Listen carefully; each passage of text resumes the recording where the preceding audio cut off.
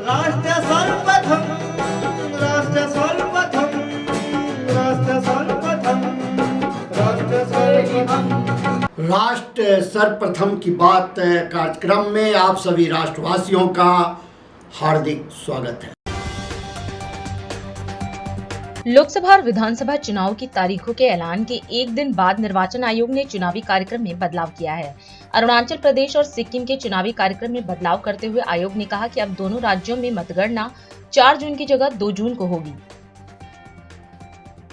Bihar police की आर्थिक अपराध इकाई ने बिहार लोक सेवा आयोग की शिक्षक भर्ती परीक्षा 3 में कथित प्रश्न पत्र लीक होने के संबंध में झारखंड के हजारीबाग जिले में 270 से अधिक अभ्यर्थियों को हिरासत में लिया है। राष्ट्रीय अन्वेषण अधिकरण ने देश में वैश्विक आतंकी संगठनों के नेटवर्क को खत्म करने के अभियान के तहत पुणे में ISIS आतंकी मॉड्यूल मामले में 4 संपत्तियां कुर्क की हैं। तेलंगाना के पूर्व मुख्यमंत्री के चंद्रशेखर राव के नेतृत्व वाली भारत राष्ट्रीय समिति को झटका देते हुए चिवेल्ला से पार्टी के मौजूदा सांसद रंजीत रेड्डी और खैरताबाद से विधायक डी नागेंद्र राव लोकसभा चुनाव से पहले कांग्रेस में शामिल हो गए। निर्वाचन आयोग ने चुनावी बॉन्ड को लेकर नया डाटा रविवार को सार्वजनिक कर दिया। यह डाटा आयोग ने सीलबंद लिफाफे में उच्चतम न्यायालय को सौंपा था। छत्तीसगढ़ में आर्थिक अपराध शाखा ने ईडी द्वारा सौंपी गई जांच रिपोर्ट के आधार पर कथित महादेव ऑनलाइन सट्टेबाजी घोटाले में पूर्व मुख्यमंत्री भूपेश बघेल और अन्य के खिलाफ एक मामला दर्ज किया है। निगम में संपत्तियों की जियो टैगिंग से इस साल 2 गुना संपत्ति कर जमा करने की तैयारी की है। निगम का मानना है कि इससे भ्रष्टाचार को रोकने और पारदर्शिता लाने में मदद मिलेगी। समाजवादी पार्टी के राज्य मुख्यालय लखनऊ में रक्षा मंत्रालय के सेवानिवृत्त अधिकारी आदर्श कुमार सहित कई दिग्गज नेताओं ने सपा की सदस्यता ग्रहण की। केरल ने सुप्रीम कोर्ट में एक नई याचिका दायर कर नागरिकता नियम 2024 के कार्यान्वयन पर रोक लगाने की मांग की है। बिग बॉस OTT 2 के विनर और यूट्यूबर एल्विश यादव को नोएडा पुलिस ने पूछताछ के लिए गिरफ्तार किया।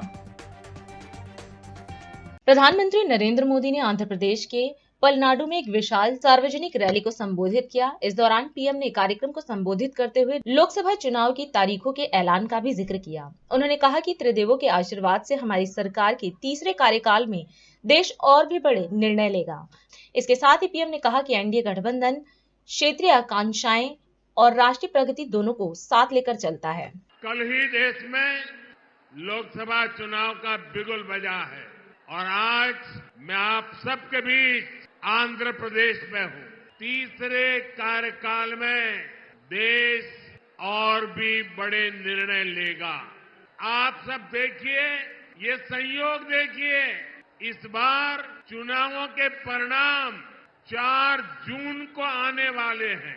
अब पूरा देश कह रहा है 4 जून को 400 पार। साथियों, हमारा एनडीए गठबंधन रीजनल एस्पिरेशंस और नेशनल प्रोग्रेस दोनों को साथ लेकर चलता है। इस चुनाव में बीजेपी के सहयोग हमारे साथी लगातार बढ़ रहे हैं।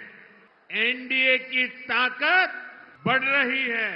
चंद्रबाबू नायडू और पवन कल्याण दोनों लंबे समय से आप लोगों के हक के लिए, आंध्र के विकास के लिए दिन रात आपके लिए काम करते रहे हैं।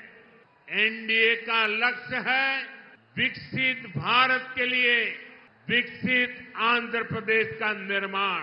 आंध्र प्रदेश में एनडीए की डबल इंजन सरकार होने से यहां के विकास को और गति मिलेगी।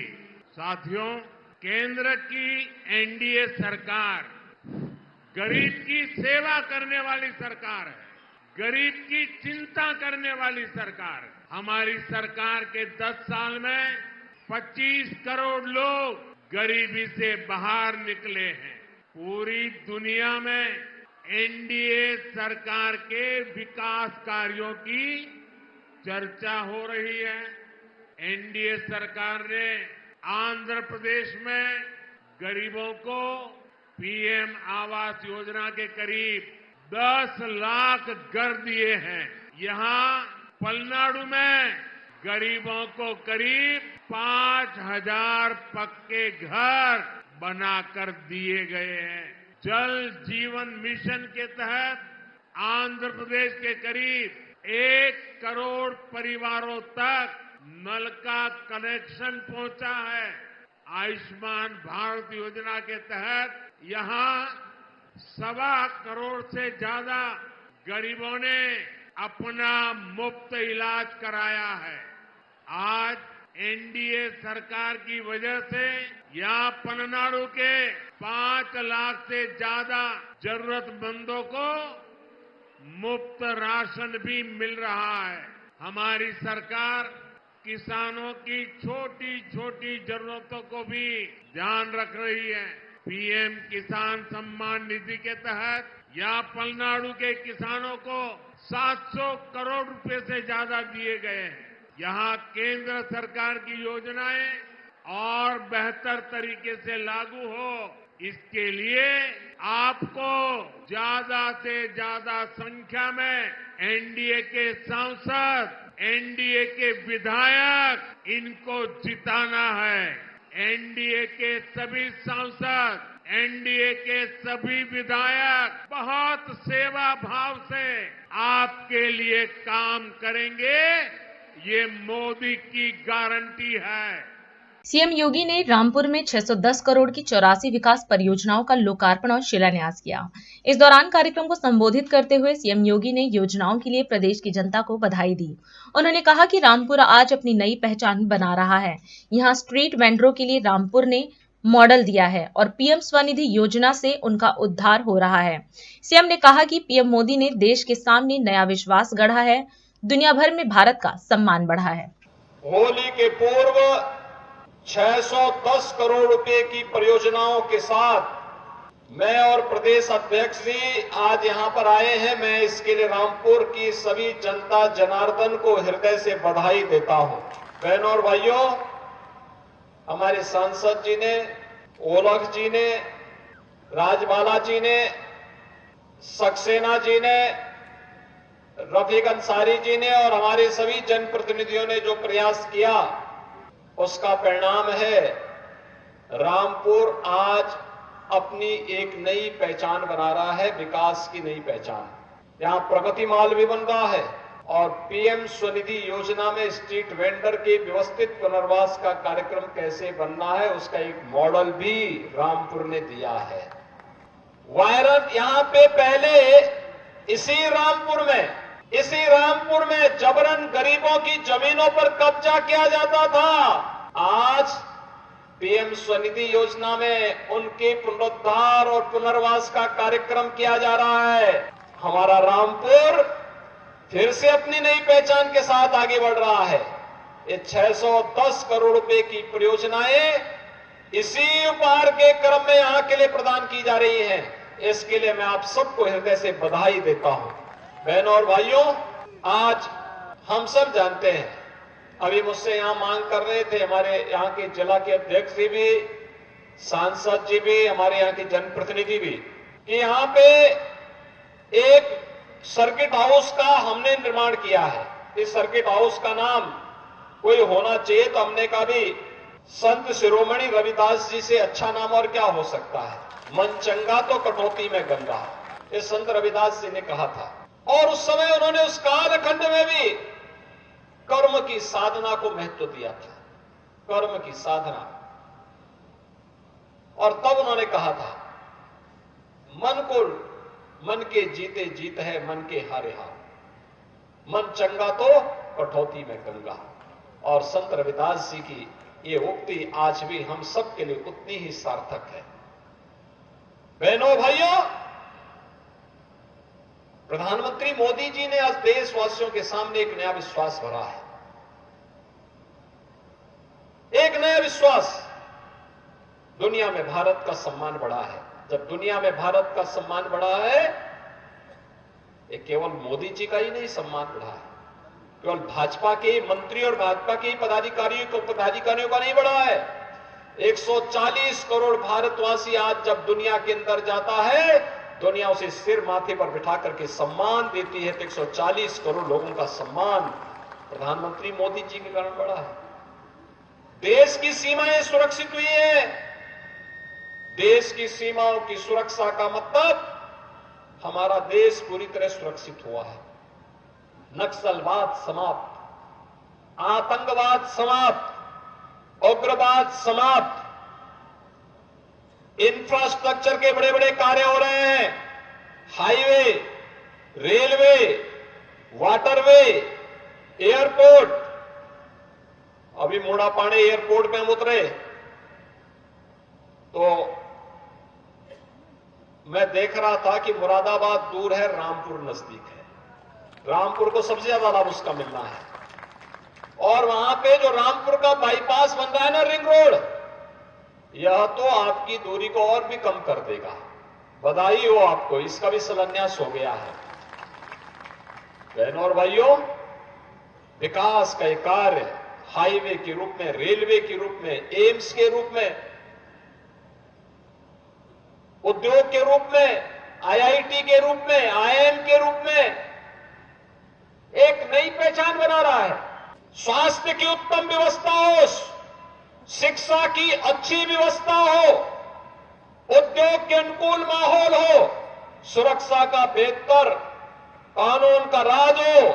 सुशासन आने से दुनिया की कोई ताकत रोक नहीं सकती है। और सुशासन के उसी लक्ष्य को प्राप्त करने के लिए डबल इंजन की सरकार प्रधानमंत्री मोदी जी के नेतृत्व में अहर्निश कार्य कर रही है।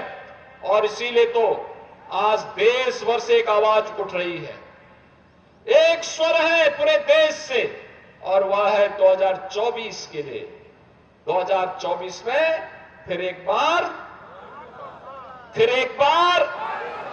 आम आदमी पार्टी की वरिष्ठ नेता अतिशी ने ईडी के 9वें समन पर रविवार को प्रेस वार्ता कर भाजपा पर हमला बोला। इस दौरान उन्होंने कहा कि शनिवार को राउज एवेन्यू कोर्ट ने आबकारी मामले में मुख्यमंत्री अरविंद केजरीवाल को जमानत दे दी है। वहीं अतिशी ने ईडी के समन को लेकर कहा कि अब राउज एवेन्यू कोर्ट कानूनी प्रक्रिया के तहत एग्जामिन करेगा कि जो समन ईडी ने सीएम केजरीवाल को भेजा है क्या वह कानूनी है या गैर कानूनी, और इस पूरी प्रक्रिया पर कानूनी बहस होगी। सुबह दिल्ली के मुख्यमंत्री अरविंद केजरीवाल जी राउज एवेन्यू कोर्ट में फिजिकली पेश हुए। उन्होंने ये कमिटमेंट 3 हफ्ते पहले कोर्ट को दिया था, वीडियो कॉन्फ्रेंसिंग के माध्यम से दिया था कि जैसे ही बजट सेशन खत्म होगा उसके बाद वो खुद फिजिकली अपीयर होंगे कोर्ट में। क्योंकि अरविंद केजरीवाल जी और आम आदमी पार्टी कानूनी प्रक्रिया का सम्मान करती है, तो कल की जो तय तारीख थी उस पे अरविंद केजरीवाल जी कोर्ट गए।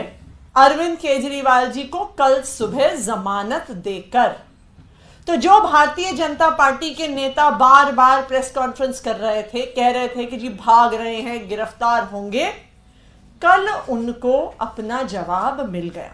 अब कानूनी प्रक्रिया की शुरुआत होगी। अब उस पूरे केस पर बहस होगी। अब राउज एवेन्यू कोर्ट इस बात को एग्जामिन करेगा कि जो समन ईडी अरविंद केजरीवाल जी को भेज रही है क्या वो समन कानूनी है या वो समन गैर कानूनी है। क्या अरविंद केजरीवाल जी को उस समन पे जाना होगा या उनको नहीं जाना होगा। अब इस पूरे मसले पर कानूनी बहस शुरू होगी। लेकिन भारतीय जनता पार्टी वो इस बात का इंतजार नहीं कर रहे हैं कि इस कानूनी प्रक्रिया का क्या निष्कर्ष निकलेगा, कोर्ट क्या फैसला देगी। उनको कानून से कोई मतलब नहीं है, उन्हें इन्वेस्टिगेशन से कोई मतलब नहीं है, उन्हें जस्टिस से कोई मतलब नहीं है, और उन्हें इन्वेस्टिगेशन से, जांच से सच्चाई क्या है ये पता चले, इससे कोई मतलब नहीं है। सिर्फ एक चीज से मतलब है कि किसी ना किसी तरीके से चुनाव से पहले अरविंद केजरीवाल को जेल में डाल दो, अरविंद केजरीवाल को कैंपेन करने से रोक दो।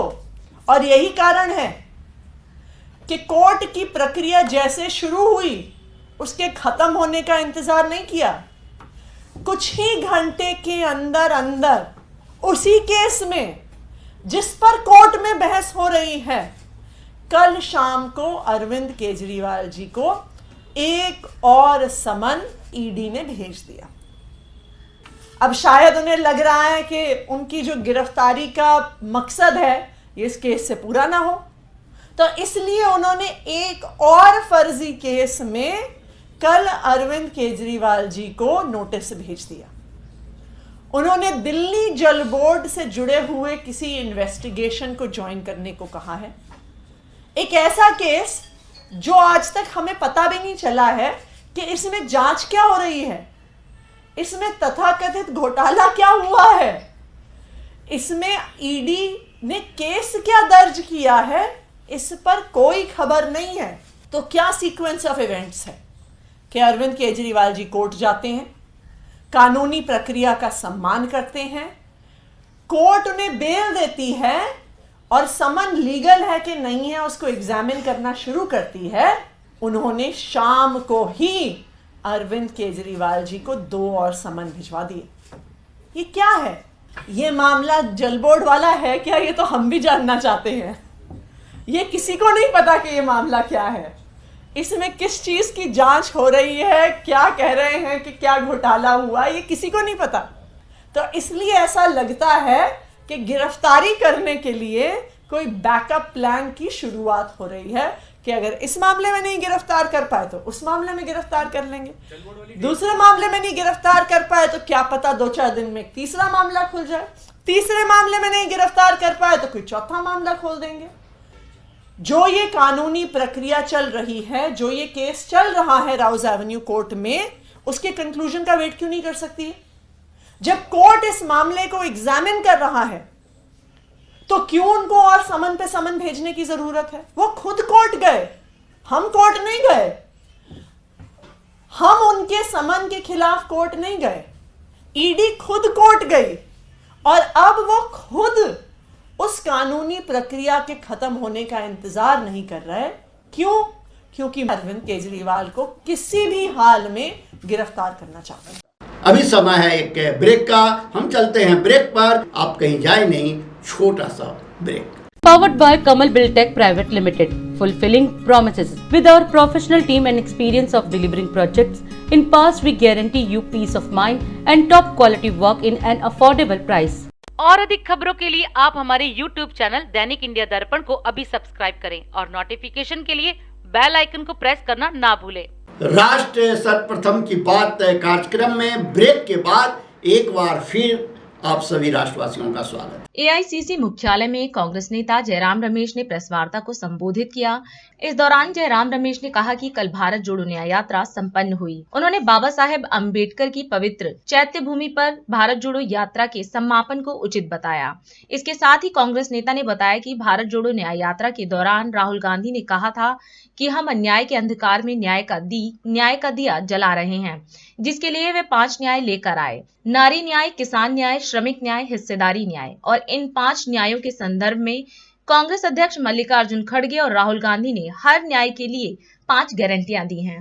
नमस्कार साथियों, कल रात को 63 दिन के बाद भारत जोड़ो न्याय यात्रा संपन्न हुआ मुंबई डॉक्टर अंबेडकर स्मारक चैत्य भूमि में। ये उचित था कि भारत जोड़ो न्याय यात्रा वहीं समाप्त हो जो पवित्र स्थान है, जो ऐतिहासिक स्थान बन गया है, चैत्य भूमि डॉक्टर अंबेडकर, बाबा साहब अंबेडकर के स्मारक पर।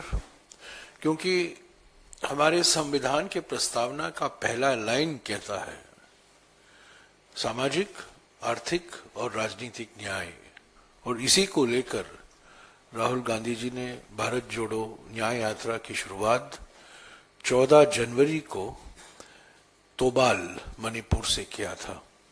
ऐसे समय में जब संविधान खतरे में है और बात हो रही है बाबा साहब अंबेडकर के संविधान को हटाकर एक नए संविधान बनाने की, तो बड़ा उचित है कि कल भारत जोड़ो न्याय यात्रा का संपन्न होना डॉक्टर अंबेडकर स्मारक में, मैं समझता हूं वो अलग से एक विशेष महत्व रखता है। करीब 6300 किलोमीटर लंबा भारत जोड़ो न्याय यात्रा था।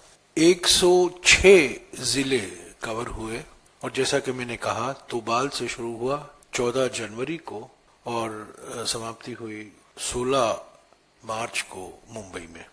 भारत जोड़ो यात्रा, आपको याद होगा, करीब 140 दिन पद यात्रा था भारत जोड़ो यात्रा का। और भारत जोड़ो यात्रा की शुरुआत कन्याकुमारी से हुई और वो श्रीनगर तक पहुंचा और कन्याकुमारी से लेकर श्रीनगर तक 75 जिले कवर हुए थे। यानी कि भारत जोड़ो यात्रा में 75 जिले और भारत जोड़ो न्याय यात्रा में 106 जिले। तो कुल मिलाकर राहुल जी ने इन दो यात्राओं में 106 और 75 यानी कि 181 जिले पद यात्रा किया है या बस यात्रा किया है और जनता के साथ संपर्क में आए हैं 181 जिले में पिछले 1.5 महीनों में। भारत जोड़ो न्याय यात्रा का नारा राहुल जी ने खुद ही दिया था, जो उन्होंने भारत जोड़ो न्याय यात्रा के समय दोहराया। उन्होंने कहा था भारत जोड़ो यात्रा के समय कि मैं नफरत की बाजार में हम मोहब्बत की दुकान खोल रहे हैं। वो नारा उन्होंने दोहराया और किस प्रकार का न्याय, 5 न्याय, नारी न्याय, युवा न्याय, किसान न्याय, श्रमिक न्याय और हिस्सेदारी न्याय। और इन 5 न्याय को लेकर कांग्रेस अध्यक्ष मल्लिकार्जुन खड़गे जी और राहुल जी ने हर एक न्याय के संदर्भ में कांग्रेस पार्टी की 5 गारंटियां दी हैं। ये जानकारी कांग्रेस अध्यक्ष जी ने दिया है, राहुल जी ने दिया है। ये चार्ट में आपको भिजवा दूंगा। एक पेज में सारे 5 न्याय आपको दिखाई देंगे और हर एक न्याय को लेकर जो 5 गारंटियां हैं कांग्रेस पार्टी की ओर से, कांग्रेस नेतृत्व की ओर से, कांग्रेस अध्यक्ष की ओर से, राहुल जी की ओर से जो किए गए हैं, वो इसमें जानकारी दी गई है। तो कुल मिलाकर जो 2024 के चुनाव हम 5 साल के लिए जनादेश मांग रहे हैं, 5 न्याय के आधार पर, 25 गारंटियों के आधार पर। तो 5-5-25 यही हमारी चुनावी रणनीति है। 5 साल के लिए जनादेश, 5 न्याय को देने के लिए जनादेश, 25 गारंटियों को पूरे करने के लिए जनादेश। तो ये रहा भारत जोड़ो न्याय यात्रा को लेकर जो मैं आपको जानकारी देने वाला था। और परसों हमारी मैनिफेस्टो कमेटी की वर्किंग कमेटी की बैठक होगी। उसके बाद हमारी जो घोषणा पत्र है, संकल्प पत्र है, वो हम प्रकाशित करेंगे, रिलीज करेंगे। और ये सारे गारंटियां हमारे घोषणा पत्र से ही आते हैं। पेट्रोल डीजल की कीमतों में 2% वैट कम करने से किसान और आमजन के चेहरे पर खुशी साफ तौर पर देखने को मिल रही है। इसी कड़ी में राजस्थान में पेट्रोल डीजल की कीमतों में भारी राहत मिलने पर प्रधानमंत्री एवं मुख्यमंत्री का आभार व्यक्त कार्यक्रम आयोजित किया गया। इस अवसर पर मुख्यमंत्री भजनलाल शर्मा ने कार्यक्रम को संबोधित किया। सीएम ने अपने संबोधन में पेट्रोल डीजल की कीमत कम करने पर पीएम मोदी को धन्यवाद दिया। उन्होंने कहा कि सरकार ने जो भी वादा किया वह निभा रही है। ईआरसीपी को राजस्थान में लागू किया गया है। आने वाले समय में ईआरसीपी से प्रदेश को बड़ा फायदा होगा। ईआरसीपी के लिए भूमि अधिग्रहण का काम शुरू कर दिया गया है। ईआरसीपी से पीने का पानी भी मिलने लगेगा और सिंचाई भी होगी। मैं धन्यवाद देना चाहता हूं देश के यशस्वी प्रधानमंत्री नरेंद्र मोदी जी को कि उन्होंने 2 रुपए डीजल पर, पेट्रोल पर कम किया है। और मैं आपको विश्वास दिलाता हूं और सभी जगह 2 रुपए कम हुए होंगे। हमारे राजस्थान के अंदर 3 रुपए 35 पैसे से लेकर के 6 रुपए 40 पैसे तक डीजल कम हुआ है। और यही नहीं, 3 रुपए 60 पैसे 65 पैसे से लेकर के 7 रुपए 20 पैसे तक पेट्रोल कम करने का काम किया है पूरे राजस्थान के अंदर। क्योंकि राजस्थान में रहने वाला हर राजस्थानी है, वह 7 रुपए का और 6 रुपए का अंतर आया है। ये हमने करके दिखाया है।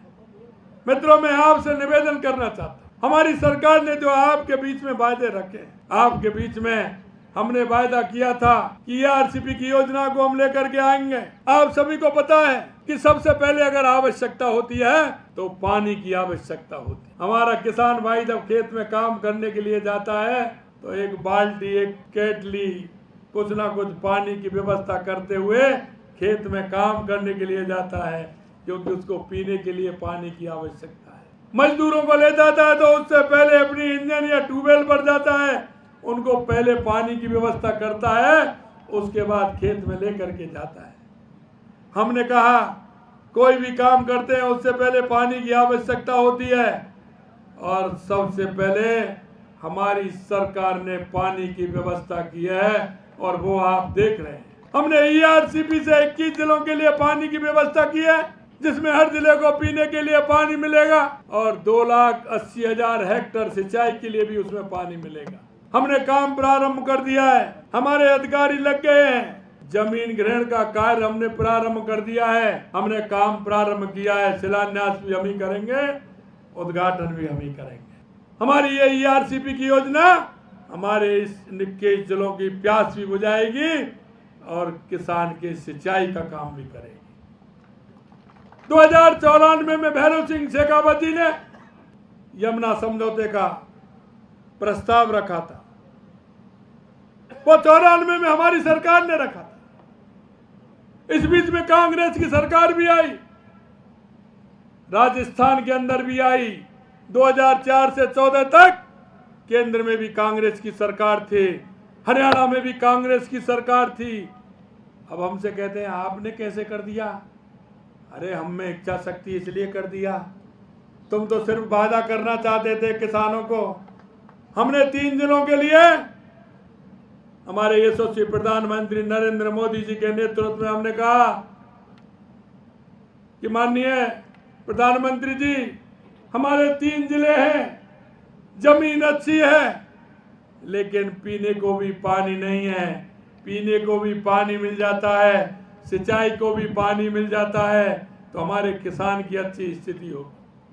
माननीय यशस्वी प्रधानमंत्री जी ने हरियाणा के मुख्यमंत्री मनोहर खट्टर जी को कहा, हमें भी दिल्ली बुलाया। माननीय गजेंद्र सिंह जी हमारे जल शक्ति मंत्री हैं, हम गए, हमने कहा खट्टर साहब हमारा काम करिए। खट्टर साहब का हम रात को कह करके आए, सुबह ही फोन आ गया, भाई जी आ जाइए, 16 तारीख को मेरी विधानसभा है, 17 को आप आ जाइए, दोनों भाई बैठेंगे, अब मेरा भी सहयोग करिए और मैं आपका सहयोग करता हूं। उन्होंने कहा कि भाई जी 3 पाइपलाइन आपकी जाएंगी, 4थी मेरी भी जाएगी, जिससे हरियाणा के लोगों को भी पानी मिल जाए। हमने कहा हम तो राजस्थान वाले लोग हैं, पानी की भली कमी हो, लेकिन अतिथि सत्कार में हमारा राजस्थान के लोग सबसे आगे रहते हैं। आप आइए, 3 पाइप हमारे और 1 पाइप आपका डालिए, आप अपने लोगों को पानी पिलाइए, हम अपने लोगों को पानी पिलाएंगे। हमारी 3 जिलों की योजना कितनी बढ़िया तरीके से निकल करके आएगी। हमारी DPR बनना प्रारंभ हो गया। मैं आपसे यही कहना चाहता हूं मित्रों, काम बड़ा नहीं, काम के प्रति लगाव और इच्छा शक्ति बड़ी होनी चाहिए। देश के प्रधानमंत्री जी ने कहा और समाधान हो गया। आप सभी लोगों से यही मैं निवेदन करना चाहता हूं मित्रों, आपको भी अधिकार है अच्छे और बुरे को देखना, आपका भी अधिकार है, क्योंकि ये जो काम किया है ये मैंने नहीं किया है, ये मैंने नहीं किया है, ये नरेंद्र मोदी जी की ताकत ने किया है और आपके एक वोट ने किया है। और अधिक खबरों के लिए आप हमारे YouTube चैनल दैनिक इंडिया दर्पण को अभी सब्सक्राइब करें और नोटिफिकेशन के लिए बेल आइकन को प्रेस करना ना भूलें।